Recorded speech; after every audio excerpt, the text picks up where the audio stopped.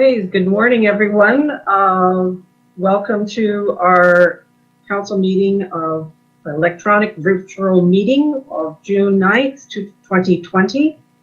This meeting is being conducted by means of electronic participation by a majority of council members as permitted by section 238, 3.3 of the Municipal Act 2001 as amended, as there is presently an emergency declared to exist in the town of Mono, that being the COVID-19 pandemic. Council chambers is not open to the public. However, the meeting may be viewed live starting at 9 a.m. on June 9th, 2020 at the Mono Civic website. At this time, I want to confirm a quorum of the council. We have in attendance Deputy Mayor Creelman, Councillor Ralph Magtlow, Councillor Sharon Martin, and Councillor Fred Nix, and myself, Mayor Ryan.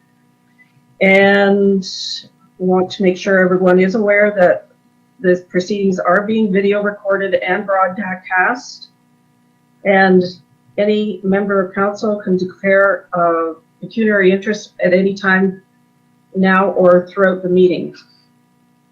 At this time, I'd like to move the council approves the agenda of session VC6-2020 as amended, as we will be going in camera at the end of our agenda for one item of litigation or potential litigation regarding 674-305 here Ontario Street.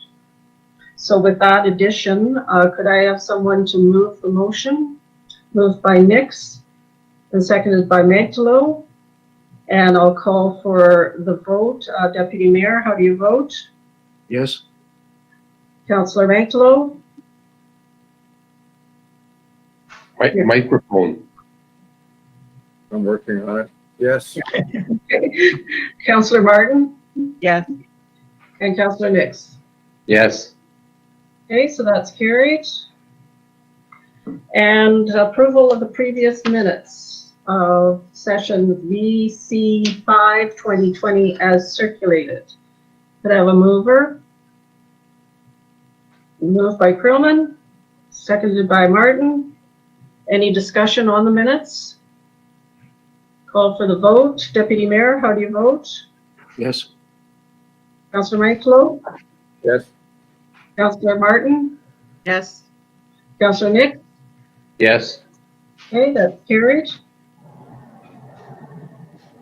And now we have public question period, questions that are submitted online in advance. So Mr. Simpson. We received 3 questions in the last couple of weeks. 2 of them were answered directly by staff because they were of a minor nature. One person asked where they can get garbage tags. Someone else had a question pertaining to taxes, and we're just following up with them on that. The third question came from someone who is not a resident of the town of Mono. She also, as well as filling out the online form, sent an email. So we've had a chance to do a little follow-up on this. And she was just out hiking what appears to be on the Vicky Barron Trail, though she doesn't state that clearly. But when she mentions that there were boardwalks. And she just expressed concern that when she was out walking with her daughter from one of the bridges, someone else was fishing and while casting a lure, caught her daughter's blouse with the lure in the back cast. No one appears to be hurt, but her question was specifically, should people be allowed to be fishing off the bridges? Now, Kim Perryman has been in touch with Bill Lister and passed this concern on to him as well. And that is all that we've received in the last 2 weeks. Okay, and I do know that it is posted clearly all through the Vicky Barron Trail that no fishing off the bridges. So staff does patrol on a regular basis, but it's hard to be everywhere at all times. So, okay, so if there's nothing further, there are no delegations today. So we have the section 4 unfinished business and deferred items. There has been a list of unfinished items circulated with the agenda. Is there any questions on the list, or is there anything else that needs to be added?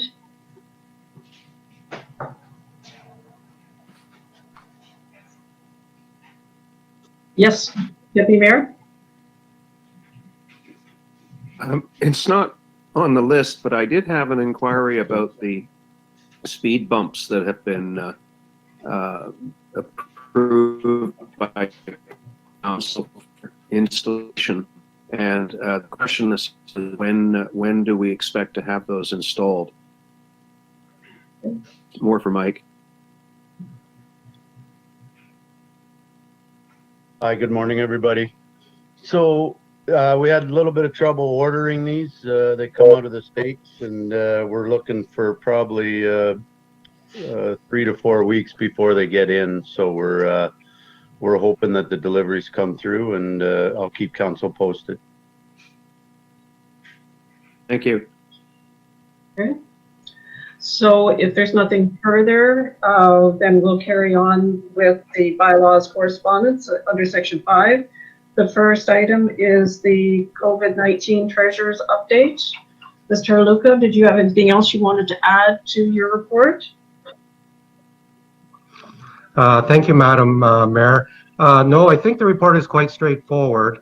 After we received the POA report last month, it became evident that our revenues, or the fine revenues for the first quarter, were down by about 14,000 or 28%, which makes sense. Traffic volumes are lower, even though we have the couple of main provincial highways and the county road through Mono. We're estimating about half the revenues we budgeted will not come in. Hopefully it won't be as bad as that. Hoping it's just the worst case scenario. And then of course the hall rentals.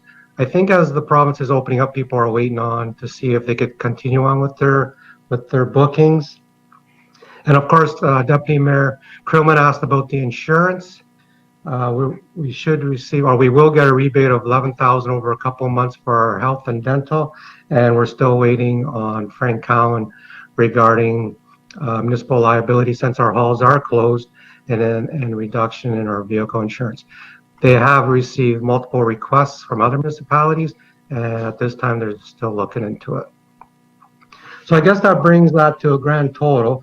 From my update number 1, was about a net loss of $47,000 after fuel savings of $30,000, and then with this update report, we're looking in total over the last 2 updates about 140,000 as of now. Okay. So Deputy Mayor? Just on the POA revenues, I'm cautiously optimistic in as much as a number of things have occurred. Number one, we've budgeted for and received additional traffic enforcement. Number two, my information is that there are a lot of speeders getting caught out there. So I look at the fine revenue problem as more a cash flow matter. And number three, the POA revenues were up last year over the prior year. So I think that once POA gets going in the beginning of July and is then hopefully staffed fully, because they have laid off people, which will reduce our costs, we'll see the revenue start to come in. But there has been a lot of police activity on Airport Road, Hockley Road. There are fines being assessed as normal. And as I say, if the province would come through with an increase in basic POA fines, that would also help. Okay. Anything further on Les's report? Seeing none, then we'll move on to item 2, the draft residential fence bylaw. And Fred Simpson has put the report together of the first reading of the draft. Did you have any highlights that you wanted to add, Fred, from your memo? Yeah, there are just a couple of things that I thought I would go through on the bylaw to point out for council. I'm going to see if I can't pull up a screen and if this works. Oh, no, maybe not. For whatever reason, I wasn't able to get my screen. Let's just try that one more time.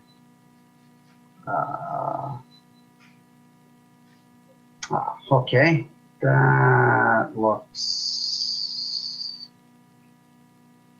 like we're just about, here we go. I think we should have it.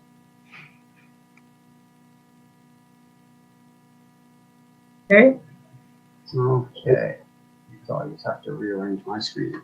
Okay, so what I was going to do was just go through a couple of items here and point them out for council. So as you can see on the screen, we're just in the definitions, 2.2.10. And with height of fence, I just wanted to point out that when a fence is built on a retaining wall, that both the retaining wall and the fence are combined to measure the height. And if it's a pool enclosure, it's only measured, the height's only measured from the outside of the fence, the exterior side, not the interior side, which makes perfect sense, particularly for a pool enclosure.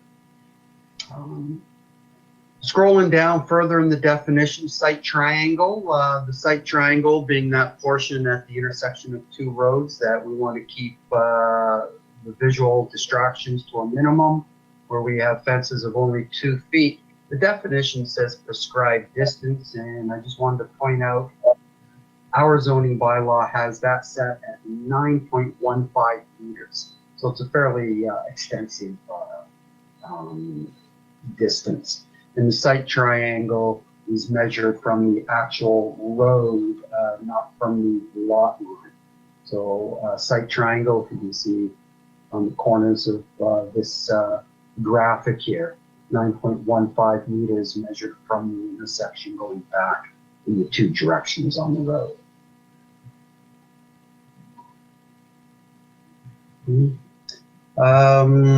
Swimming pool, we have a definition of a swimming pool, and of course it has to have water and has to have at least 2 feet of water before it's a swimming pool, and it doesn't include ponds or landscaping, farming ponds or landscaping ponds. That sort of thing is not captured by this bylaw. Under the regulations, as I noted in my report, barbed wire fences are restricted to industrial zones, electrical fences to agricultural zones only. Again, the site triangle mentioned with the 2 foot high restriction on fences. No fences within a meter of fire hydrants, and no sheet metal or corrugated metal panels are permitted. And I've thrown in a clause, materials not usually intended for use in permanent fencing. It's a bit subjective, but it's of course an attempt to limit the kind of materials that can be used. Now those rules apply throughout town, and the bylaw then has specific rules for residential zones. The only one I wanted to point out was exterior side yards, because that's the one that can be a bit confusing. So an exterior side yard being when you have a corner lot and the side yard on the side road as opposed to the front yard on the main street, is limited to 1 meter high fence, a 3.3 fence, unless the fence is set back at least the minimum setback in that zone, and that's where things get a bit confusing. So I've made up a couple of more graphics to assist. So on this graphic, the red line is the lot line, the green line is the residence, and the blue line is the fence. So in here, we have a fence that is set back, the minimum setback, because it's parallel, it's at level with the edge of the house. And assuming the house is at the minimum setback, there go the fences. So in this situation, you could build a 1.8 meter fence, but it would made up with the corner of the house. In the second example, we have a house that is set back more than the minimum required setback, but the fence is still set back from the property at the minimum setback. So in that case, you could again have a 1.8 meter fence, and it could go as far forward as the front edge of the house. The one exception here being as long as that remains clear of the site triangle, which in most cases it would, but the site triangle geometry could be such that the front edge of that fence might have to drop down 2 feet. And the third example is where the fence is within the minimum setback. And that's the example where the fence would be no more than 1 meter high. Again, with the caveat that if it protruded into the site triangle, it would have to drop to a 2 foot high fence. And I've thrown up on the screen here as well what the current setbacks are in the 3 different residential zones. A couple of other things I wanted to point out was we're now into swimming pools, fences, that a building permit is required for a fence around the pool enclosure. And that comes up later in the bylaw as well.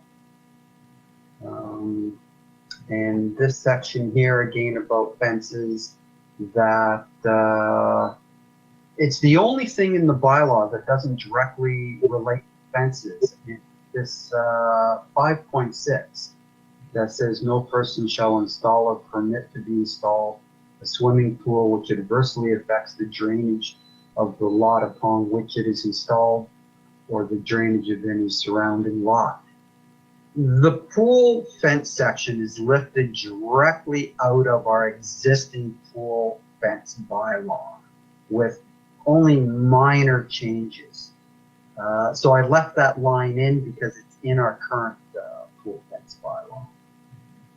And finally, the one addition to pool fences on the recommendation of the chief building official at the county, and that's 5.7E, no projections, rail attachment, or any other bracing or on the exterior of the pool enclosure shall be constructed in a manner which facilitates climbing. Well, again, it seems a pretty reasonable provision. On pool fences, they must have gates. I just highlighted that. I wanted to note under section 6, construction and maintenance. This is the part where any fences that are currently existing and legal when this bylaw is passed are grandfathered. So this clause 6.4 is where we slowly get fences or some fences into conformity. Where it states that if 50% or more of the fence needs to be repaired or replaced, the fence has to be brought into conformity with this bylaw.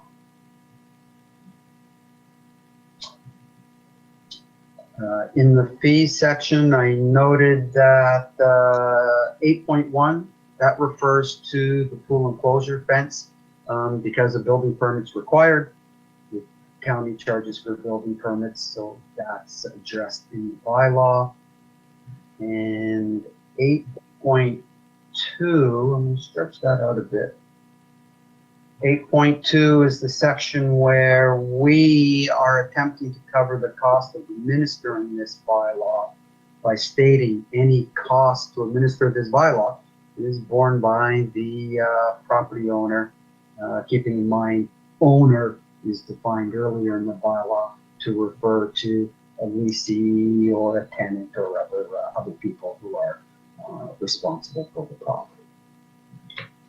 And then that goes hand in hand with Section 9 orders, in which what I'm proposing is that the bylaw enforcement officer have the authority to issue an order, and the words that I put is that the designated official is satisfied that a contravention of this bylaw has occurred. And I recognize this may be a controversial item. That's why I'm pointing it out to council now. And that's all that I have with respect to highlights of the bylaw. Okay, Mark? Yeah, just to follow up. It's a fairly detailed bylaw. It's very difficult to do a fencing bylaw and meet all the requirements that you're looking at. It's not just because we built the pool fencing in as well. We have tried to address situations across the municipality. I still think there's probably going to be an issue in Brookfield, especially on the smaller lots and the side yard setbacks. So we may want to investigate that a bit further. But this is about as close as we could get it for you for a first review and to get your input on the bylaw. So thanks, Fred. Okay. Fred, next. Yeah, just a question to make sure I understand it, Fred Simpson. When I first read it, I thought you define a fence as not only made of construction material, but also a hedge or shrub. So it includes, you don't use the word tree though, but in any case, I looked out my window and I noticed the 30 to 40 foot tall cedar trees between my property and my neighbor's property. But then when I read the bylaw more carefully, the height limitation only applies to residential zones, so it's not an issue. But I am wondering if there's if you've got a problem in your definitions here, because you define a fence as a barrier or partition erected or grown, including shrubs and hedges. Now, whether or not you include the word trees probably isn't too important. But then when you go back to 2.2.2 and you talk about what construct a fence means, you use the words erect, build, install, alter, reconstruct, or replace. You don't use the word plant. And I'm just wondering if construct a fence should also mean, or should also include the act of planting. Again, that's probably not a very important point, Fred, but I was just trying to be consistent or look for consistency in your definitions. Okay. Well, I'll go back and review that and see if there needs to be any work, and perhaps the constructive fence needs to be a little more clear, especially when constructing a pool fence, because hedges are not allowed on pool enclosure fences. And you're right, I hadn't considered trees, more so as I had hedges and plants. And just to make sure, it's my understanding, if you're a rural property, you can still plant a row of cedar trees along the property line, right? And let them grow to any height they want. Because the height limitations, when you get down to the prohibitions, only apply to residential zones. Correct. Okay. Okay, Ralph? Fred, I found the diagrams to be helpful. Are you going to include those with the bylaw? Yeah, I was thinking that we'll get Andrew to make them a little more professional than what I did, but I found it very hard to wrap my head around, particularly the exterior side yard, without drawing it. And as soon as I drew it, it became very clear. But just reading it, I found difficult. So I think the drawings would be very helpful as a annex to the bylaw. Well, I'd agree. Particularly the site triangle was a bit confusing to me until I saw your diagram, and it's all very, very clear there. I'm wondering about the replacement.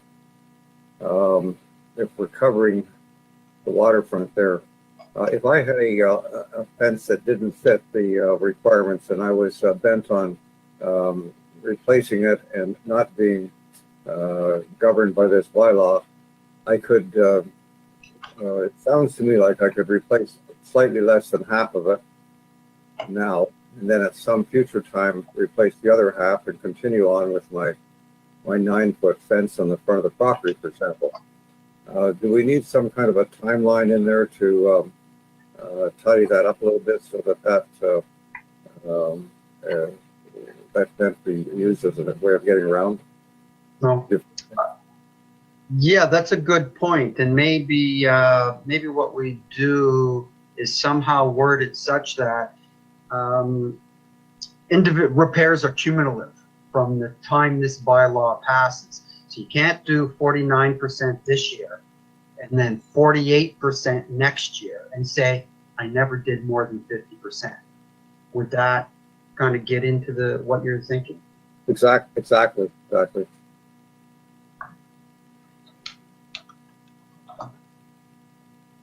Okay, John, did you have something? Yes, more for the benefit of people watching or maybe wanting to comment on this. Two matters. Differentiating between what I'd call a backyard, which would extend from the back of the house to the back property line. Does this bylaw anticipate that those fences are 1.8 meters high or 6 feet high? This is from the back of the house to the back property line.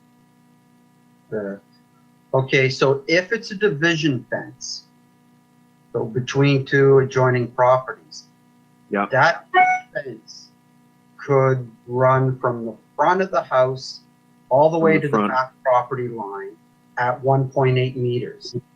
Okay. If it's an exterior side yard, as I showed in those drawings, it depends on the setback.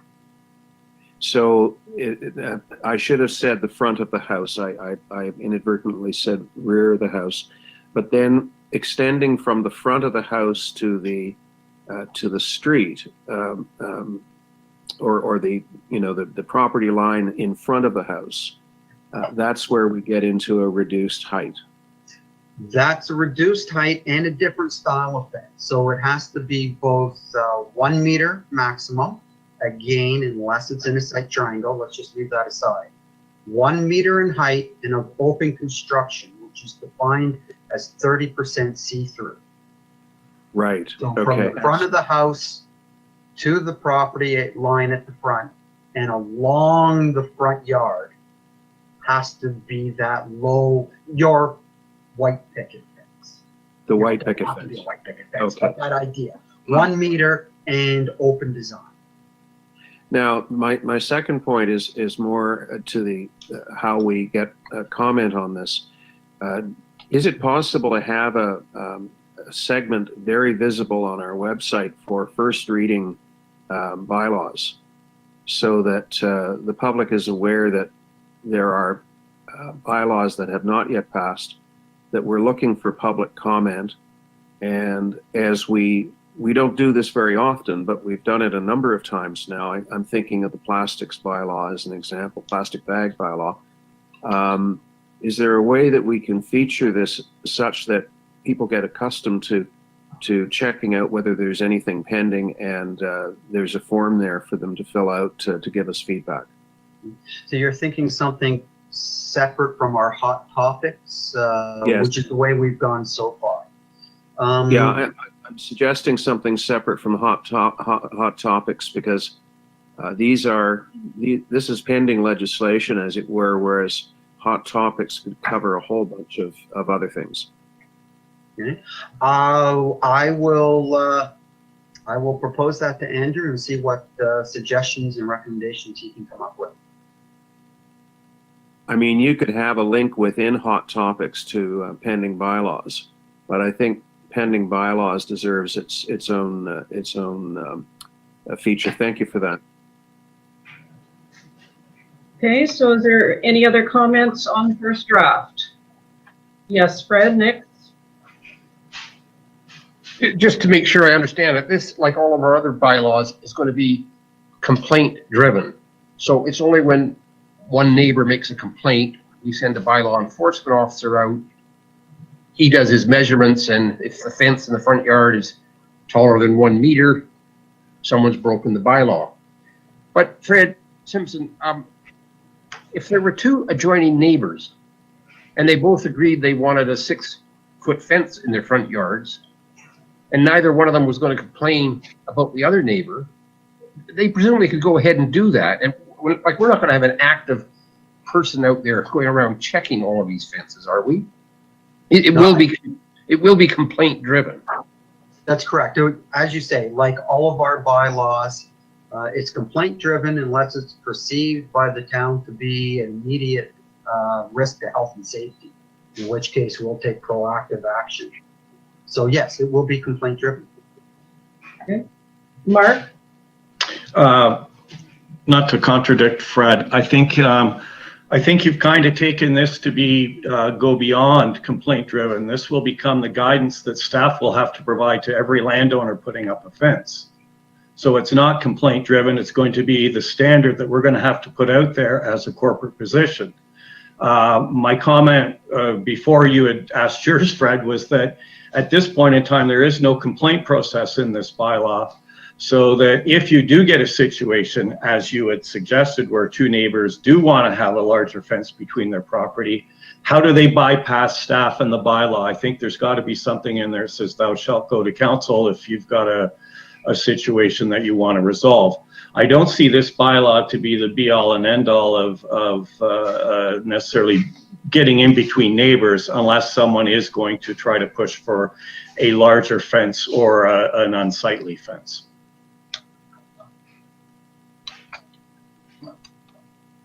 I hear you, Mark. And then there should be provision in the bylaw for exemptions to be made based on appearing before council. There might be two neighbors with kind of an odd front yard, and one of them's got a big dog, and they both agree that, and it doesn't violate any fire hydrants or any other things, that they want a 6-foot fence because of this big dog. And if they, so if the bylaw allowed them to make come to council and ask for an exemption, and both neighbors agree, then we could allow that, right? And that's what I was suggesting. I liked your analogy of the dog and the fire hydrant, though. Yes, John? Well, I can outdo that. The example I was going to use was the singer Drake in Toronto, living in a very, very tony neighborhood, wanted to build a fence that was significantly higher than what was permissible, and he had to go to the so-called neighborhood council. So I think there should be a mechanism for special circumstances, and that would be my contribution today. Okay. So if there's no further discussion, we have a motion that council gives first reading to a bylaw to provide for regulating and governing fences, and that changes be made as directed by council this day, and that the bylaw come back to council for second reading following an opportunity for residents and ratepayers to provide further comments. Moved by Martin and seconded by Nix. Any further discussion?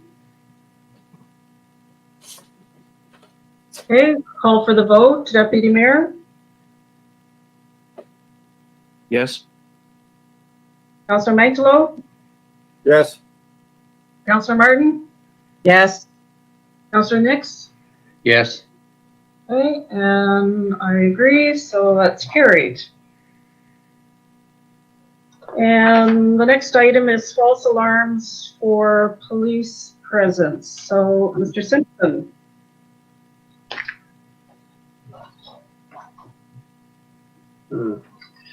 So it was brought to my attention by Cheyenne Hancock, who's the secretary of the Police Services Board, and I know she had been in discussion with both Deputy Mayor Grillman and I believe other members of the Police Service Board, that the proposed change to this bylaw, changing the validity period for false alarms from a calendar month to 12 consecutive months would have a number of positive benefits as outlined in the report. And as Deputy Mayor Crewman asked that we bring this to council as opposed to holding off until after the Police Services Board finished dealing with it, I've prepared a draft amendment to make that happen. Okay. Deputy Mayor?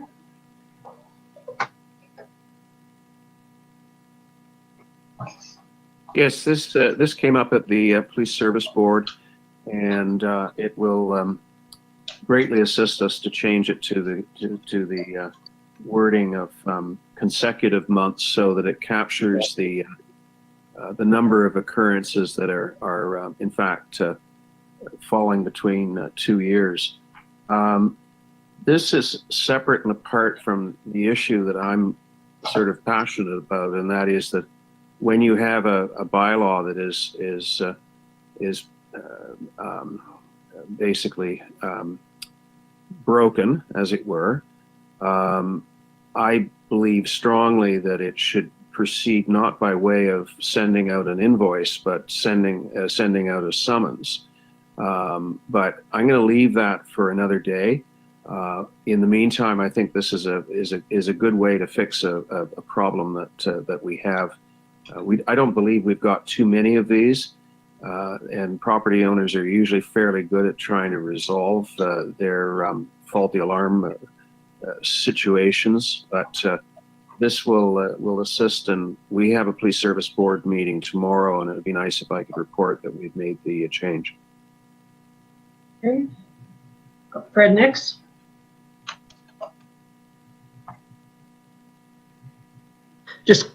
I'm fine with the wording change, but jumping ahead, I was looking at the Shelburne District Fire Board annual report, and the question that occurred to me was, I can't just pull it up on my screen right now, but there was something like 28 false alarms, 6 fire alarms set off by accident, and I don't know, some X number of equipment malfunctions. So we're looking at quite a few false alarms in the Shelburne District Fire Board area. That doesn't mean they were in the town of Mono. Okay. What my question was, though, is the fire department, are they the ones keeping track of whether it's one homeowner that's causing the problem? And if so, are they reporting that to us, or is it our obligation every time we see one of these reports to find out where they're coming from? Mr. Early? Yeah, we monitor what comes in from the billable departments, Caledon and Orangeville. Shelburne, and we're gone beyond the police services into the fire, but Shelburne should be doing that themselves through their own secretary. This is done through, Cheyenne with the Police Services Board, and it is monitored quite regularly.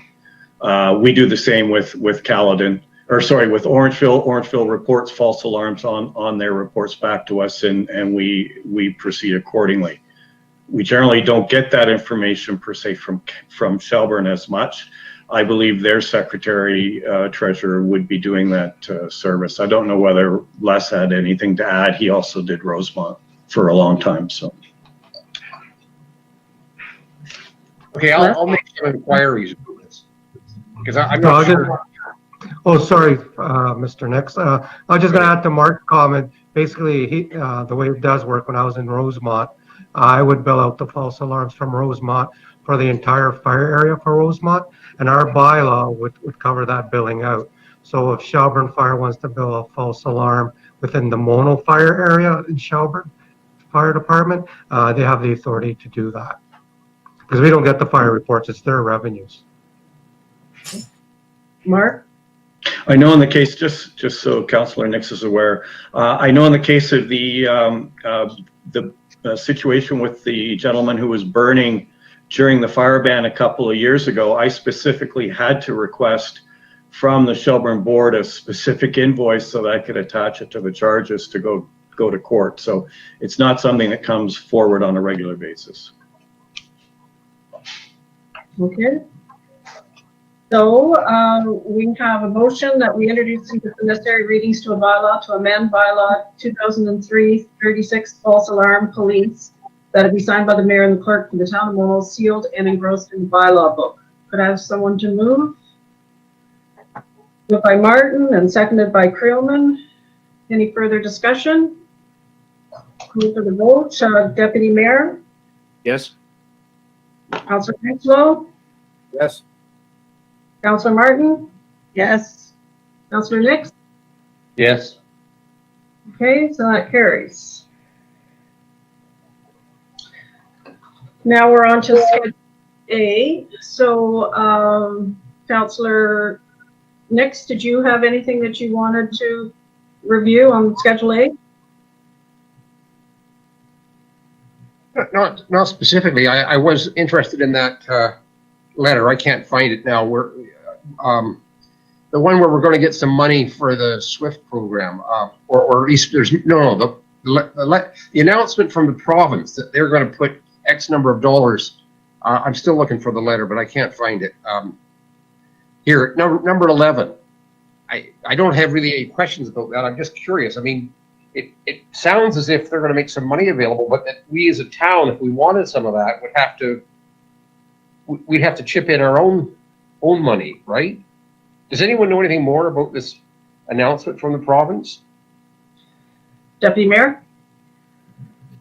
I think it's really a re-announcement of something that they were intending to do all along, but they put more money into it. I will not be surprised to see a lot of this money disappear into the following. Number one, increasing connectivity to schools and connectivity to places such as courthouses, because a lot of that activity is supposedly going to go online. I will be surprised to see that money go out to the monos of the world before taking care of provincial infrastructure, both directly and indirectly. As for the announcement of the Whiteman initiative, that is a fiber optic initiative that they are undertaking as from what I can see. I've just looked at the article, as a private company, hoping to get clients in Orangeville industrial areas first and then residential areas second. I'll follow up to see whether or not there's any possibility of them extending out into mono, but from what I've been able to determine, the chances of us getting fiber optic to places like, well, let's put it this way, anywhere much beyond where it's already running, I think is fairly remote, given that everyone seems to be putting their eggs in the basket of high-speed wireless. Okay. So is there anything else, Fred, on Schedule A? Well, the only other thing is, if you look at the annual report from the Shelburne District Fire Board, just notice that, again, I can't flip it up. I'm not that quick going back and forth, but there's about 300 calls last year. We're getting up to the point of almost a call a day, not quite, but I think we'll hit that in the next few years. Okay. So Councillor Martin, did you have anything on Schedule A? No, I was going to remark on the suddenly broadband and cell service for rural areas is really top of mind. And maybe we can thank this COVID-19 for that, bringing it forward, because there's so many people working from home. I've heard complaints from people in Orangeville as well with their internet service. So maybe we can thank this pandemic for bringing it forward, and we can't let it slide. It's just too important for the people who live in mono, but not just mono. Right. Okay. Is there anything else on the Schedule A? Not for me, thanks. Everything's been covered so far. Okay. Ralph, did you have anything on Schedule A? yes, I do. On the accounts, Les, could you just clarify what the developer's account and liability for $610,000 is?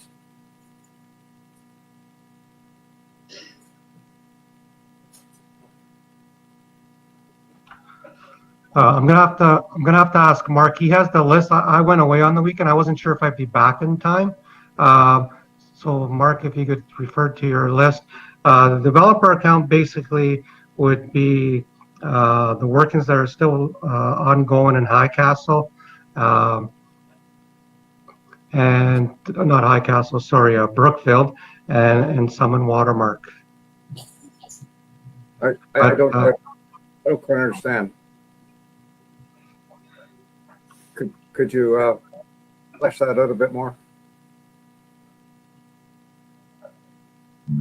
Can I get back to you, Councillor?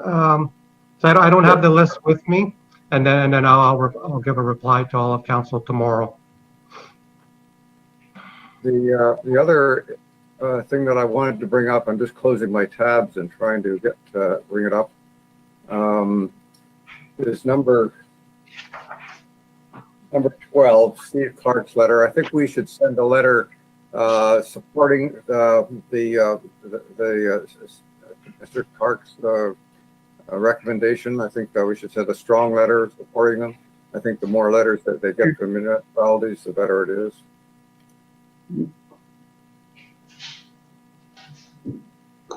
Okay, and what germane points did you want to have in the letter? Well, the letter is I think it's a very well worded letter, and it makes the point that many areas, including, and we should make the point in Mono, are significantly disadvantaged with the lack of high speed. And as Farron has brought up, this has been highlighted by the COVID-19 issue. People are working from home. School kids are working here. Other people are taking online courses, and if you don't have a certain internet speed, it becomes disastrous.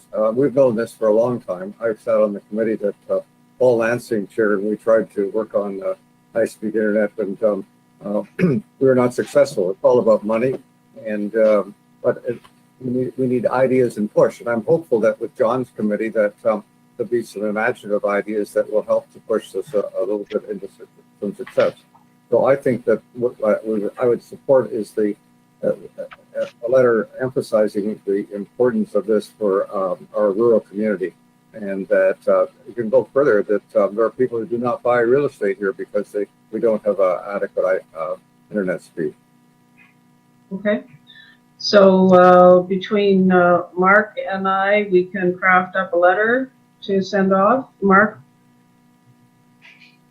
That's fine. I was going to reply to the previous matter. Sorry, when you've got time.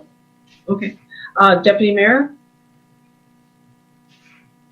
I was just going to offer to supply some language about the way in which areas of need are identified or ignored. And it has to do with this so-called hexagonal mapping. If you're unfortunate enough to live in a hexagon that has one or two high-speed connections, but you're at the far end, and you have little or no high speed whatsoever, the providers will look at that and say, that's not an area that we need to worry about. So it's all of the need assessment is not done on the basis of looking at individual internet speeds or connections. It's done on the basis of whether you get caught up in a map that is deemed to solve the problem for you because it captures a few high-speed users. Right, okay. So if you'd be able to send that language over to Mark and I, start working on that. Mark, you wanted to respond? Sure. On the accounts payable, sorry, I had to run to my other desk that I use. So the majority is related to our payments to Brookfield for the operation of the sewage plant. If you recall, we collect the sewage bills. Brookfield are still operating the plant, and they submit through to us their operational costs for the year. So that was one of the payments, and also the water system payments went out to Orangeville as well. for 2019. So that was roughly, between the two of them, about 550,000 of the 600. Thank you. Okay. Deputy Mayor, did you have anything on Schedule A? Yes, the anglers and hunters gun range petition. Question for David: is there any activity in that sphere? Well, thank you for your question, Deputy Mayor Creelman. No, I have not had any further conversation with Mr. Henderson of the club at this point.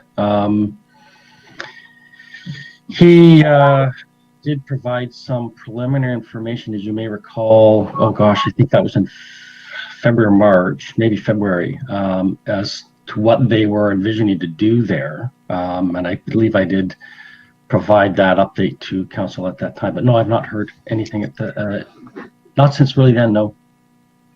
No. And I've had no inquiries either from any residents in the area, either individually or who have perhaps signed this petition. I had requested that the individuals that were going door to door to get support for their petition, that they send in the hard copy so we have it on file. So when any application does come forward, we have it in hand and they don't have to redo it. Deputy Mayor, did you have anything else? Not on the schedule, no. Okay. Councillor Martin? Just to the anglers and hunters expansion, the petitions were really well done. We've had petitions come that really weren't good enough, and they've done a good job in both Watermark and in Cardinal Woods. And I wonder if those petitions are going to the anglers and hunters management. Maybe that could be suggested to them, that they know what's going on. Well, I could provide Mr. Henderson with that information, and of course it's also on the agenda, or he can go online and check it. But I can, I will call him and let him know that that's your concern. Okay, Councilor thank you. Okay, so we have a motion that we accept Schedule A to this agenda. Could I have someone move? Councillor Nix, and second by Creelman.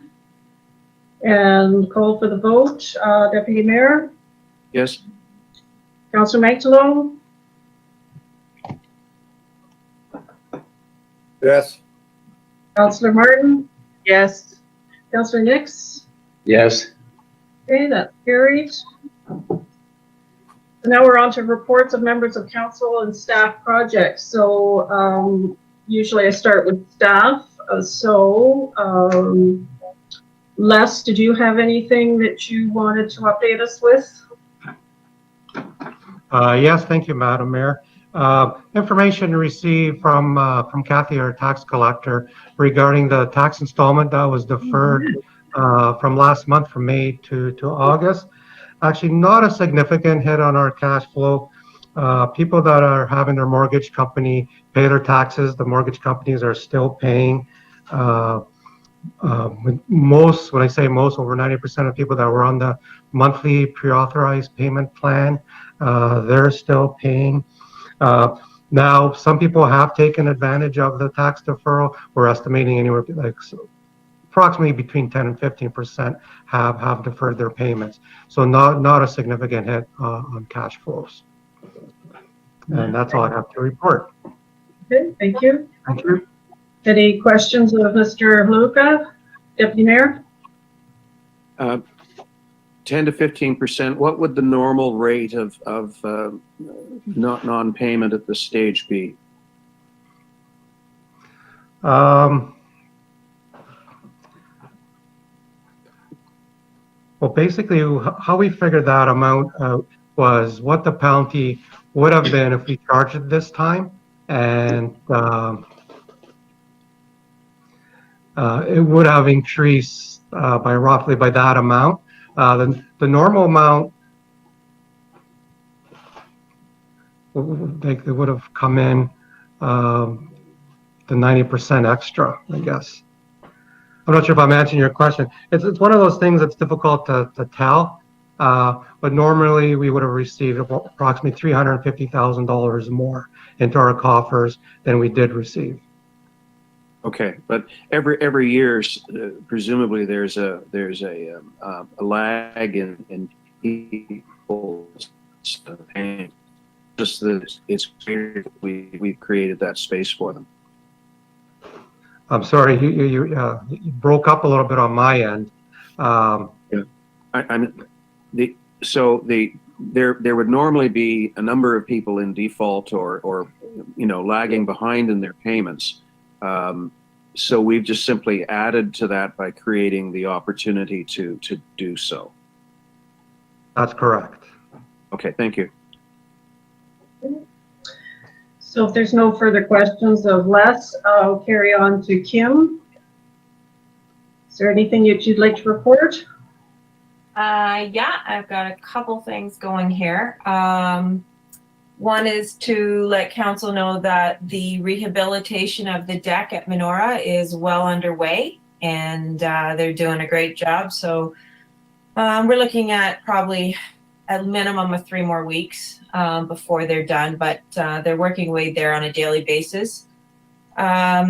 Also letting council know that I'm working closely with Parks and Recreation Ontario in regards to the reopening of recreation within rural communities. One thing that council may want to know is predominantly other municipalities that were involved in our meeting on Friday did announce that they are canceling their summer programs, such as summer camps, any type of programming at all.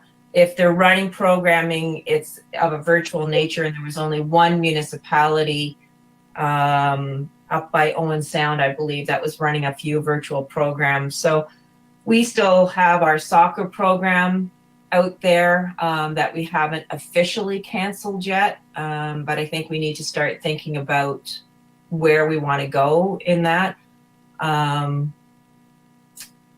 Team sports has not been brought back into the reopening yet, so I cannot see how we're going to be able to run the soccer program with the children all running around. So I'll look to council for some direction there. And then closely been monitoring the tennis playing. Happy to report that people are following the guidelines. Looks like everything's working out well. So much so I was talking with Peter Gibson, president of the tennis club, and other municipalities all seem to have put up their second nets. So more than likely within the next week, we're going to put up the second net at both sets of our courts. What else can I tell you? Working at rehabilitating the gardens out at Mono Center right now. That's what I've got staff working on, and we're pretty much yanking out a lot of stuff and putting in new, which hasn't been done in 20 years. So much needed. I think that's about it for recreation. We're certainly keeping ourselves busy, that's for sure. So what is it that you would like council to provide you in terms of a decision about the soccer program? What would be your drop dead date? We're scheduled to start the first Wednesday in July. That was our thought, that we would start then. To hold off and say, well, maybe we'll start in August and give them 4 weeks. At that point, then, it's still, what do? Do you refund 50% or, have they made choices to do other things? We are having people drop out. I'll say we've got probably four per week right now that are dropping out with saying, we'd like a full refund, which we're providing to them.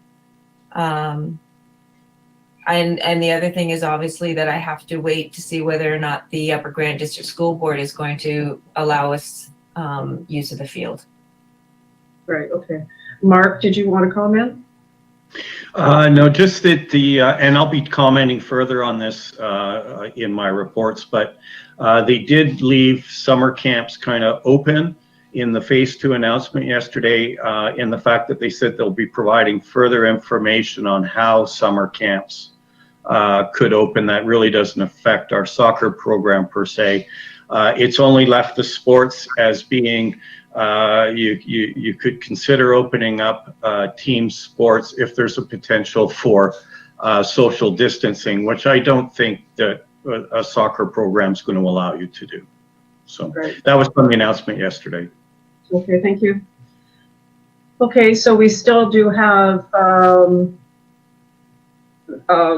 another council meeting this month, but with the recommendation coming through from our public health in terms of an update. So Mark's going to provide us with the further information on that.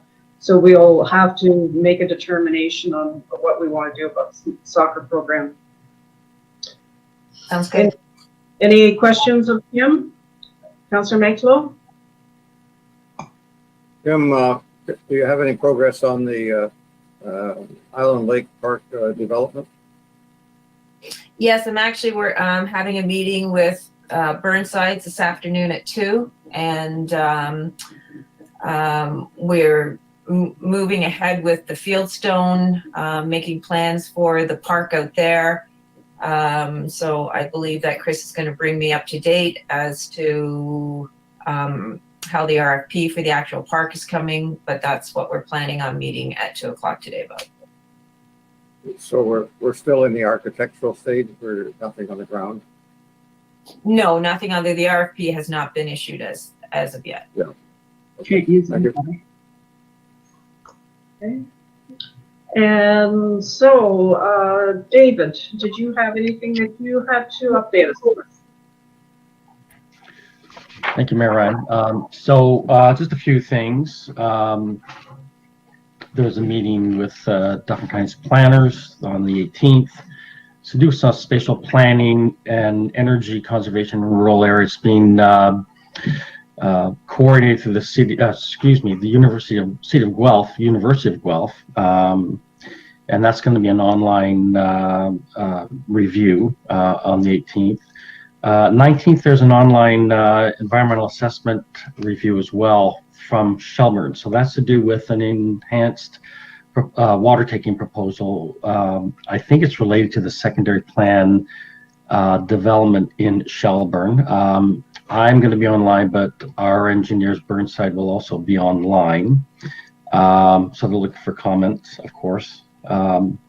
Just a reminder, of course, and on the 19th, there's going to be a witness statement submission for Greenwood with an upcoming pre-hearing the 29th. We'll hopefully get comments back on the hotel proposal as well. I'm expecting that as pre-circulation comments on the 12th. So that's just more of an FYI for council. And then I'm going to have a chat with Mark, obviously, but we're trying to get some resolution to our planning committee's perspective on public engagement. First and foremost, it goes as a concern with the microbrewery application on Mono Center Road. So once I have an update through Chair McRae and Mark Early, our CEO, then I can, we'll have a position for council to convey back to council. That's about it for me. Okay. Any questions of David? Mark? Sorry, just to update David. I didn't realize that Bob, the chair of the planning committee, didn't have him on the email that was sent out yesterday into all of council. So I was going to update council on that as part of my reports as well. Deputy Mayor? Just not to steal Mark's thunder, but the email that I saw yesterday seemed to be a recommendation from Bob McRae as chair of the planning committee that council step in and take that matter and maybe some other matters, hopefully non-controversial, and deal with them rather than going through the typical committee process. So I'm going to leave that for Mark, but I did see some messaging to that effect. Yeah, we all received that email, so let Mark report on that when it's his turn. Is there anything else for David? Okay, thank you. So Mike, are you still with us?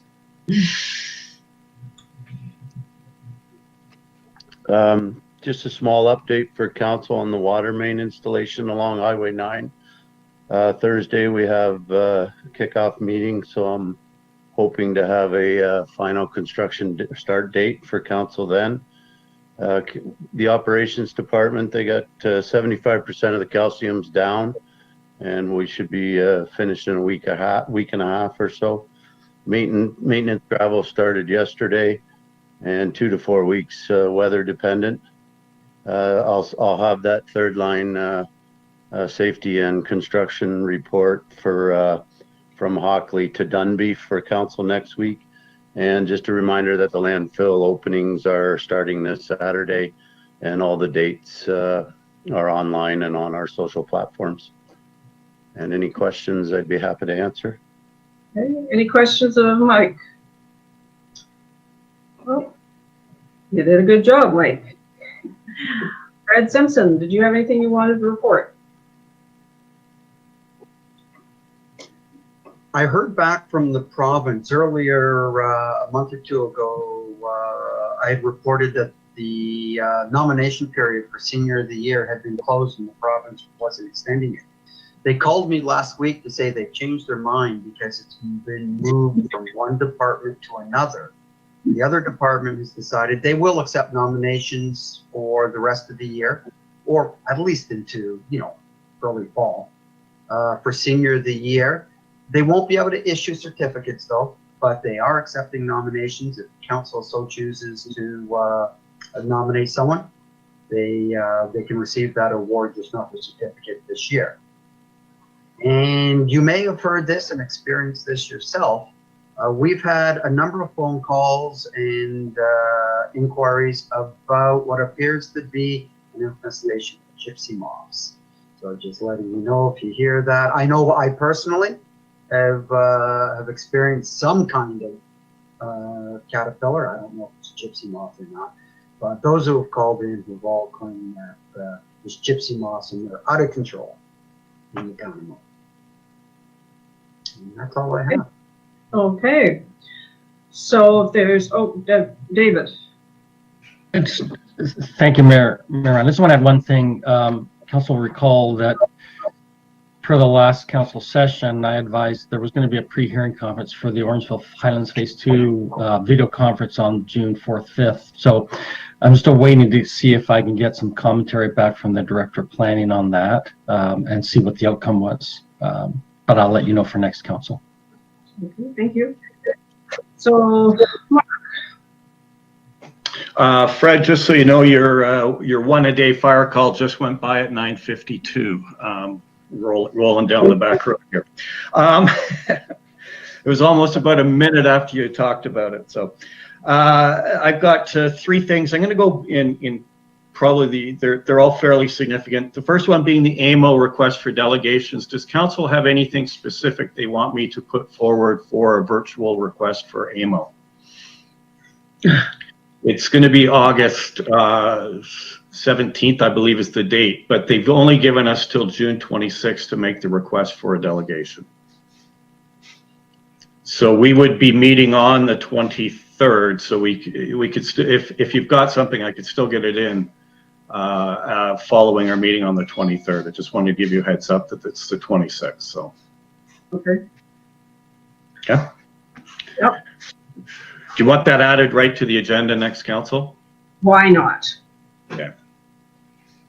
23rd. Sorry, keeping notes here. The comments from Planning Committee, prior to that email going out to council, I did have a couple of phone conversations with the chair of the committee. I think they're relatively. I think there were some that were concerned that there wasn't a public process going ahead. There was others that, given the items that they had before them, they were comfortable in not meeting and allowing council to move ahead with the projects that they had before them. Right now, I'm aware of 2 applications that would be lined up for planning committee, one being the Ritchie matter, the other being the brewery. So my take on the email and my discussions with the chair of the committee was the same as Deputy Mayor Creelman, that they're basically saying we're not comfortable going through the public process virtually, and because we're just advisory in nature, we would like council to kind of take those on and move those items forward. And if council's okay with that, we can certainly look at that internally and put out whatever notices are required to have them then come to council. Okay. Any comments from council members? Change the process to have everything come through the council meeting for public consultation? Nobody's disagreeing, so. Well, if Bob's suggesting it, if it's okay, sure, let's bring it to council. Okay. All right. Yeah. He's pulled his committee and has had discussions with all of his committee members. So. Okay, so we'll leave that in staff's hands then. Okay, thank you. The last one is fairly significant.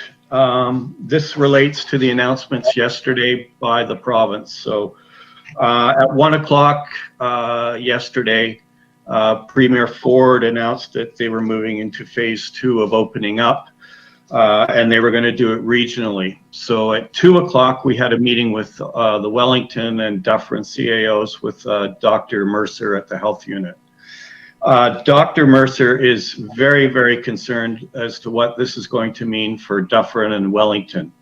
The Greater Toronto Area was not provided with any of the opportunities for phase 2 opening, and we are on the boundary of the limits that have been set. So she is very worried that what's going to happen is we will become very vulnerable with people coming from the GTA to do whatever they can do outside of the GTA that they'll be able to do in Dufferin. So she is actually considering a Section 22 health order for Wellington, Dufferin, Guelph.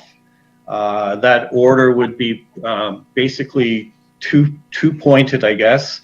They're still doing their due diligence on the order, reviewing it from a legal perspective. But the first one is she is looking at an order to require masks to be worn by anyone entering a commercial retail establishment. And I'm not sure whether that also applies to the operators of the commercial retail establishment. I'm assuming it does. And the second is they're looking at limits on the square footage within the retail stores, within the patios, and provide some direction within her order on that as well. So these could be very controversial.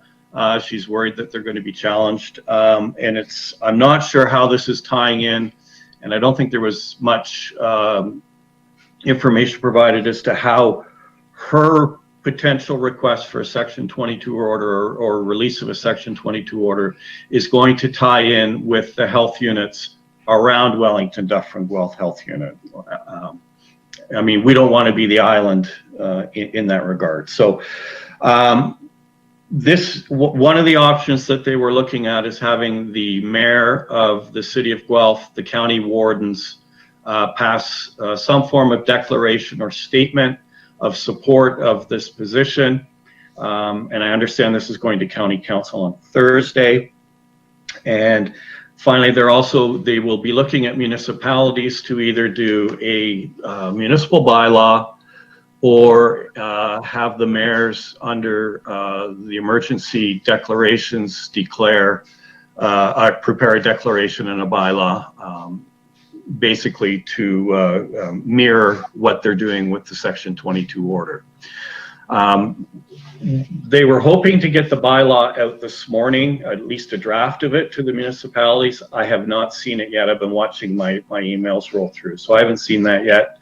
I think what they want to do is get the bylaws out and have the municipalities have a look at it so that there is a consistent approach from the municipality,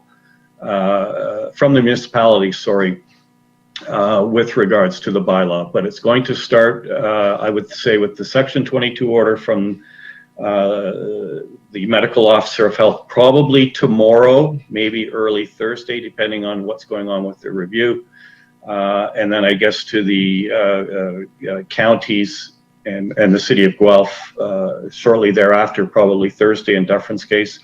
And then we will be seeing a request for bylaws. So that leaves the town in two options if they're going to move ahead with the bylaw: either a special council meeting to deal with that one particular issue following release of the bylaws, or have council redeclare the authority to the mayor, because our emergency bylaw only gives the authorization for the mayor to do declarations for a 14-day period from the original declaration. So I think at this time, since it is going to be a bylaw, and since we can move rather quickly, it may be a special meeting of council when the bylaw comes in.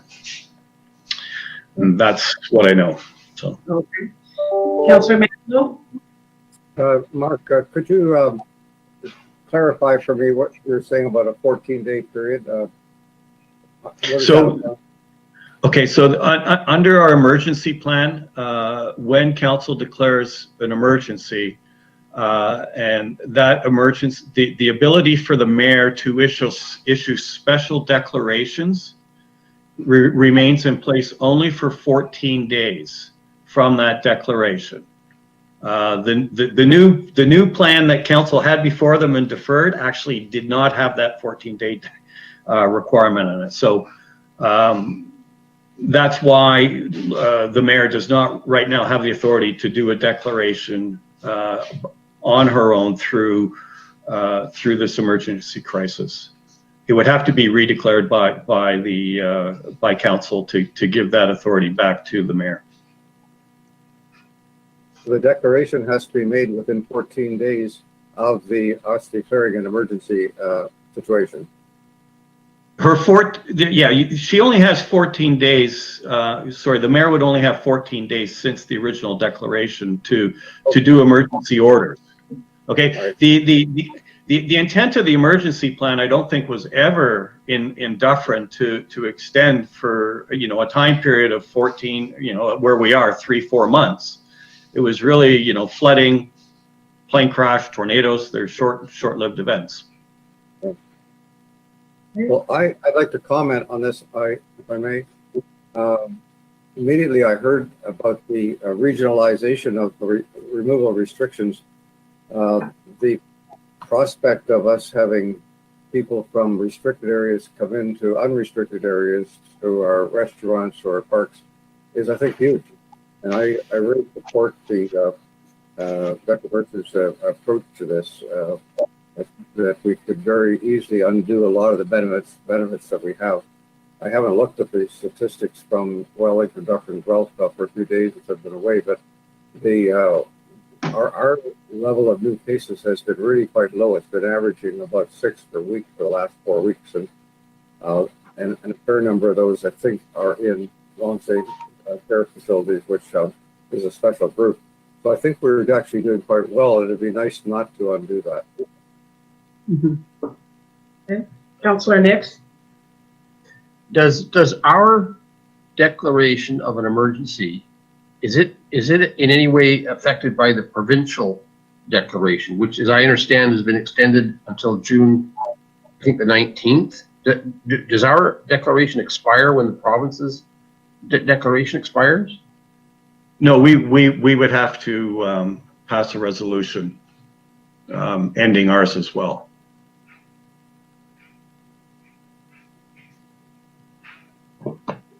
Mayor?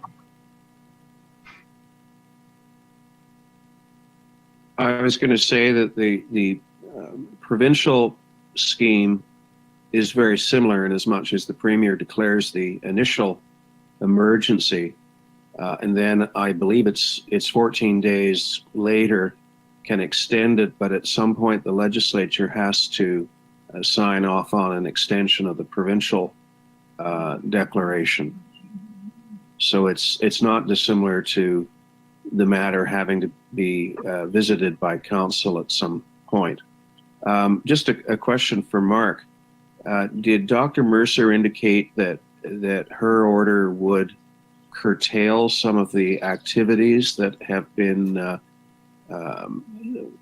sanctioned under the second phase, such as hairdressers, and I know that certain dental operations are beginning to reopen under very, very stringent conditions, or does it simply confine itself to face masks and trying to reduce the number of people in an area of a prescribed size? Yeah, based on the discussions yesterday, it would be limited to those two matters. That those would be the matters that she would be concerned about, the social distancing component and the masks. So she was not looking at the particular uses, just how people need to behave while they're in those uses. I'm heartened to hear that, and troubled by the fact that while I've been wearing a mask outside the house, frankly, and when shopping and so forth, since virtually the beginning, I am shocked, frankly, at the number of people who don't. And in certain businesses, the employees don't appear to have masks either. And I'm thinking of the kids who are restocking the shelves in supermarkets. I personally would welcome a ruling on masks or face coverings. Mark? And that was one of the comments that Dr. Mercer made was, even from 2 weeks ago, there seems to be less and less people wearing masks in public in Dufferin. Okay. So, are you recommending, Mark, that we wait until Dr. Mercer's information comes forward, and then we would schedule a special meeting for council to pass whatever's required? If that's amenable to council, it's probably the best way, because that'll give us time to review the bylaw and bring it back to council, and it'll be consistent throughout the municipalities. Okay. So that would probably be either Friday or possibly Monday, Tuesday of next week. All right. And so Fred Simpson did craft a motion extending the delegation of authority to the head of council until June 30th. So we will hold on to that. Yeah, I think that was the backup. If council just wanted to say we're good with a declaration by the mayor, we would have had to extend your 14 days. But if we're going to meet as a council, as a special council meeting and deal with this bylaw, that will be unnecessary. Okay. So then back to the issue of the soccer camp. Did we proceed with cancellation of such at this point? Well, I think with the direction you've seen, even with the phase 2 opening, I don't think the soccer program is going to meet the guidelines that are set out. So whether whether we do it, pull the plug today, or whether we do it in 2 weeks, I don't see how we're going to be able to deal with that as an issue, especially with the comments that Kim made about Parks and Recs Ontario. Sure. So can we give that direction to staff, or do we need a motion? Or it's certainly a budget item. A resolution would be helpful. okay.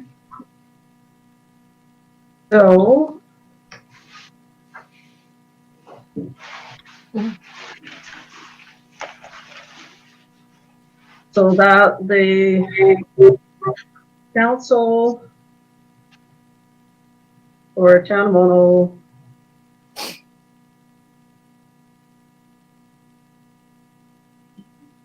cancels the soccer program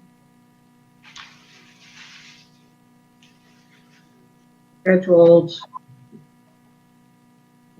for summer 2020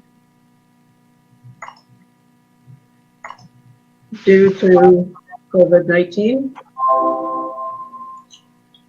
Is that suitable? That's fine, and direct staff to issue refunds. And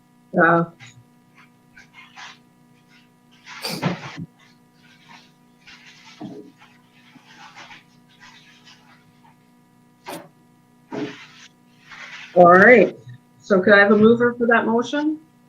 Councillor Martin, and seconded by Councillor Nix and Deputy Mayor. Did you have a question, John? Yes, and I believe the last time we talked about this, we raised the question of deferment to the month of August, or for that matter, even later. And the argument came down to ordering various T-shirts and so forth. I still live in hope that if this program was deferred, that we might be able to do something. But I have some reluctance in canceling when we have maybe an opportunity to simply defer it.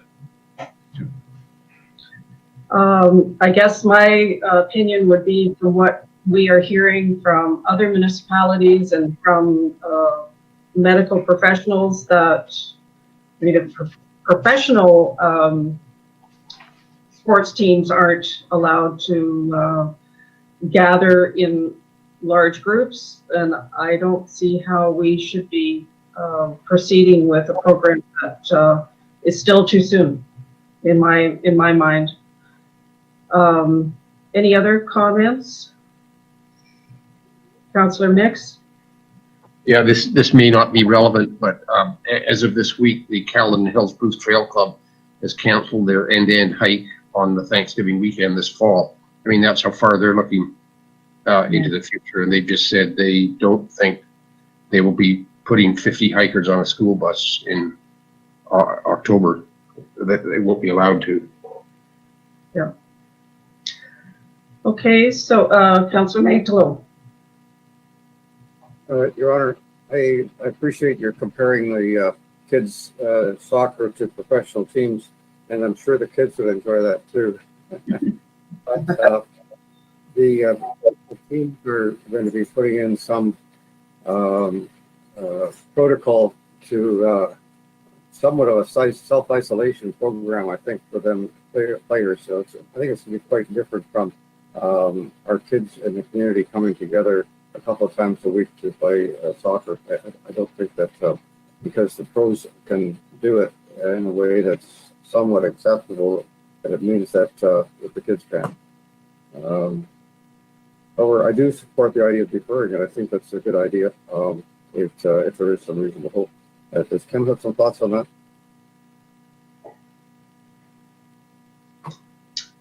I'm sorry, pardon me, Councillor Mantalo, you broke up a bit for me there. I was just asking if you had some opinions about the virtues of deferring it rather than cutting bait right now. All I can go by is what the my cohorts in recreation in other municipalities surrounding us, they've all canceled their programs. So do I hold a lot of hope out that we're going to be able to social distance 20 children on a field at a time, all chasing the same soccer ball? And part of me, what I did think about was, well, maybe we don't play a game, maybe we just bring them out in smaller groups, just one team at a time, and social distance them on the field and just run skills for them. But I have to say from experience in the past, what those kids like to do is play the game. Normally the way we did it was the first half hour was skill development and the second half hour was play the game. Well, it didn't take long before the kids were into 15 minutes of skill development and 45 minutes of playing a game. That seemed to be, they all want to chase the ball. So I guess my best guess, as much as I would love to remain optimistic about this as well, is to say that at this time, let the parents know that we're going to go ahead and cancel, and feel free to make other arrangements for yourselves or your children on Wednesday evenings. And for us to look at other programming options starting the fall.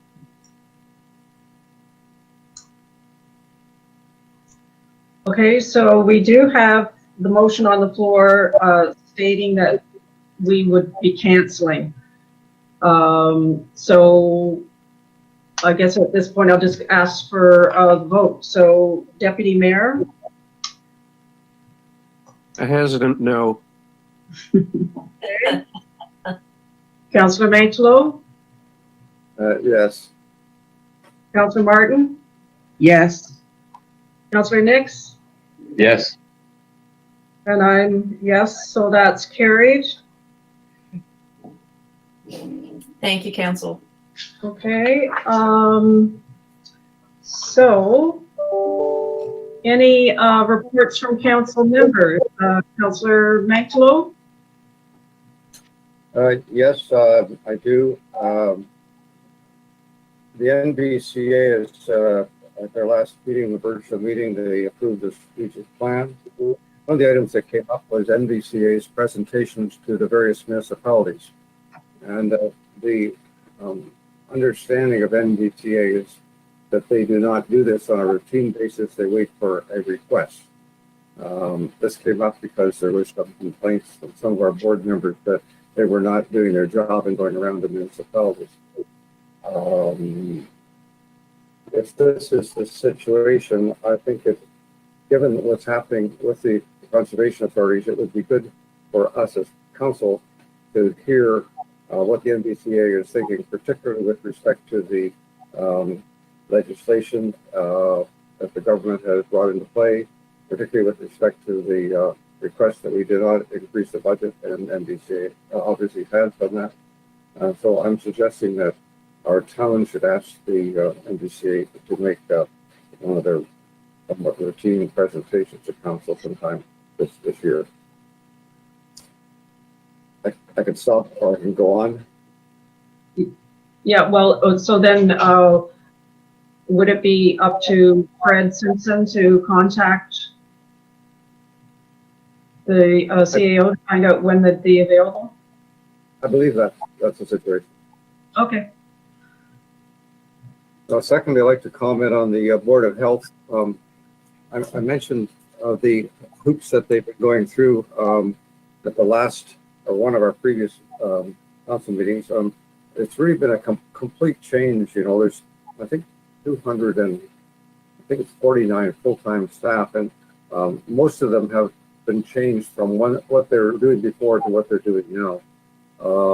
They've been trained to run the call center, to do case management. One of the biggest things, the most time-consuming things, is contact tracing, and probably one of the most important things that we have in our bag of tricks to control this virus. Testing and contact tracing, they both go together.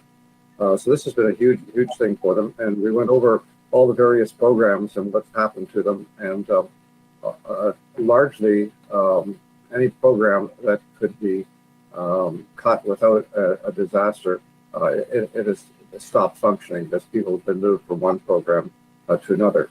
Some things there have been continued, such as infection controls and contacting people who have sexually transmitted diseases and their contact, etc., have been continued, but most things have changed. And along with this has gone a significant cost, and they're not quite sure where this is coming from. This was presented during the audit and budget meeting, which is an open meeting, so I think I can share it. They're close to $1 million over the budget, although there's been some savings, so I'm not quite sure where the balance is, but this is only 3 months in. And the extra cost is, seems to be related mostly to personnel who are working overtime to a significant extent. and new hires. So that's interesting. I look at this with respect to our municipality, and Les has identified we're somewhere 140,000 or so of less income this year that we have than expected, and we have additional costs from the Board of Health and where this money is going to come from. They do know that the government was offered to provide some money, but if this is how much Wellington Dufferin Wealth is behind now, what's the city of Toronto or some of the bigger ones like Peel, where they have 1 to 2 million people in the board. So I think there's going to be some really hard cost questions down the line here.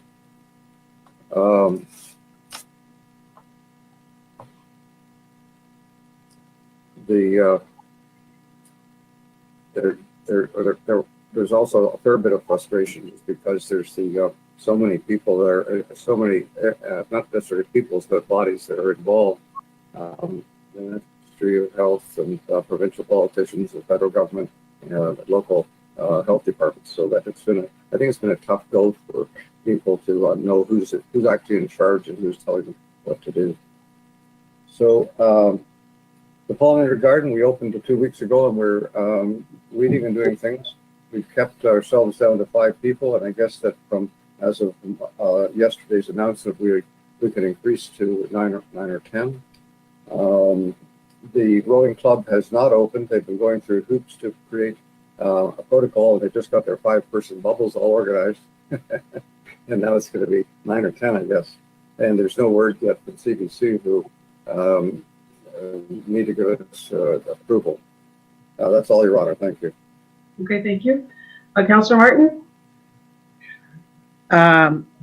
Also about the pollinator garden, there have been a number of people coming to visit the pollinator garden as well, and that's kind of nice to know, and everybody seems to be respecting the distancing, and I drop in there with regularity, and the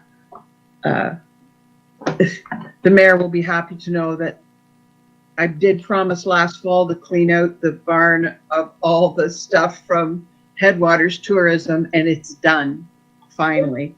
10 months later or whatever it is, but it's done.